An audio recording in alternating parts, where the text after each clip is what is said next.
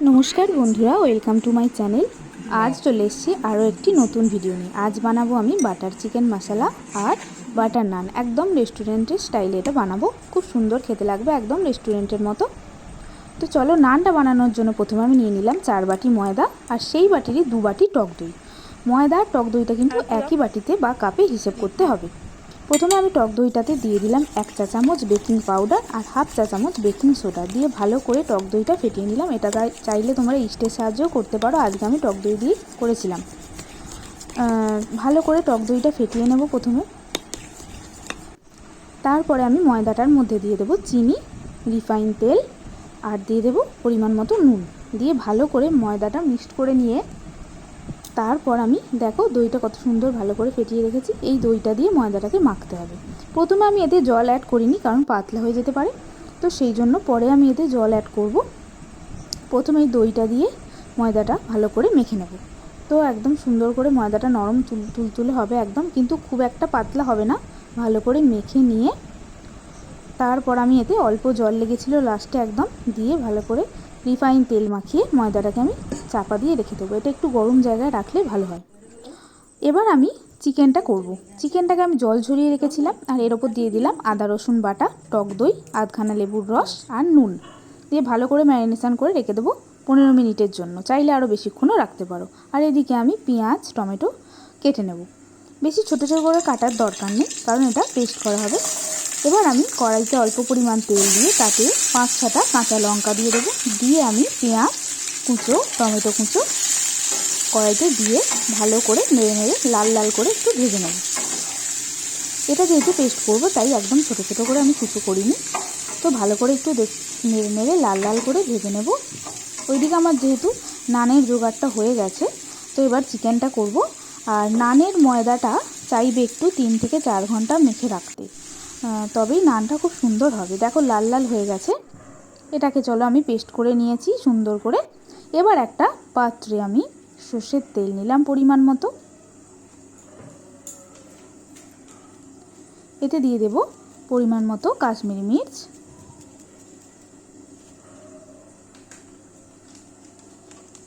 আর এতে অ্যাড করব জিরে গুঁড়ো,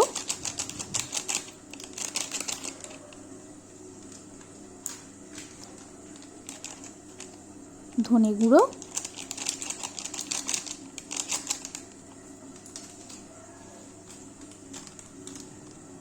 গরম মশলা,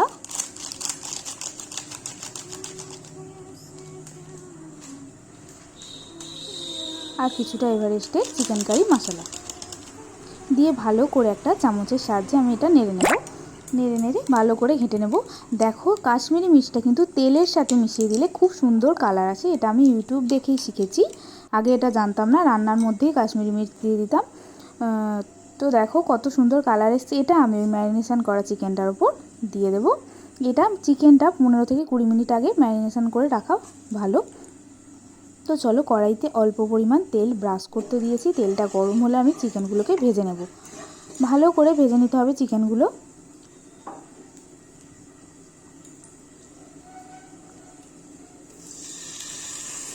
একটা একটা করে চিকেন আমি কড়ার মধ্যে দিয়ে দেব। এক পিঠ ভাজা হলে তারপর আমি চিকেনগুলোকে আরও একবার উল্টে অপর পিঠটাও ভেজে নেব। বাটার চিকেন মশলা বানানোর জন্য কিন্তু বোনলেস চিকেন নিলেই ভালো হয়। আমি এখানে বোনলেস চিকেন নিইনি, কিন্তু বোনলেস চিকেন নিলে আরও সুন্দর টেস্টটা হয়। সত্যি কথা বলতে কি বোনলেস চিকেন আমার অতটা পছন্দ না, আমার ফ্যামিলির কারোরই পছন্দ না, সেই জন্য আমি এখানে বোনলেস চিকেনটা নিইনি। চাইলে তোমরা বোনলেস চিকেনটা নিলে আরও ভালো হবে। তো চলো সব কটা মাংসের পিস আমি এখানে দিয়ে দিয়েছিলাম। দিয়ে একবার এক পিঠ ভেজে তারপর অপর পিঠটাও ভেজে নেব লাল লাল করে, একদম লাল লাল সুন্দর করে আমি ভেজে নেব।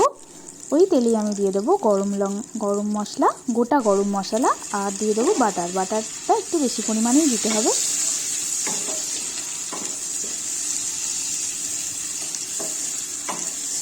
দিয়ে ভালো করে নেড়ে আমি ওখানে টমেটো, পেঁয়াজ আর কাজু বাদাম দিয়ে যে পেস্টটা বানিয়ে রেখেছিলাম সেটা এবার আমি কড়াইয়ের মধ্যে ঢেলে দিলাম। এবার ঢেলে দিয়ে এটাকে ভালো করে ভাজতে হবে নেড়ে নেড়ে খুন্তির সাহায্যে।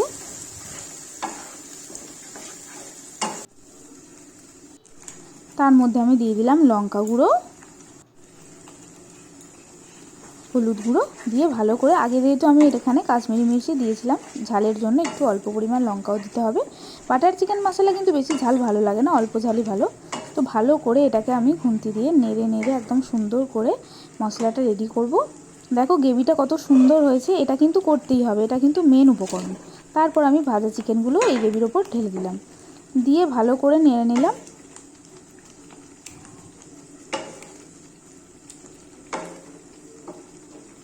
দিয়ে একদম অল্প পরিমাণ, একটু একদম এই যে এত গাঢ় সেই জন্য নিচে ধরে যাবে, তাই অল্প জল দিয়ে আমি এটা ঢাকা দিয়ে দিলাম।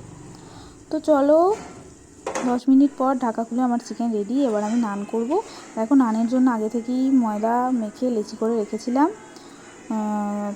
এবার করব আমি নানটা। ময়দাটা কত সুন্দর ফুলে গেছে, 3-4 ঘন্টা পর একদম নরম হয়ে ফুলে গেছে।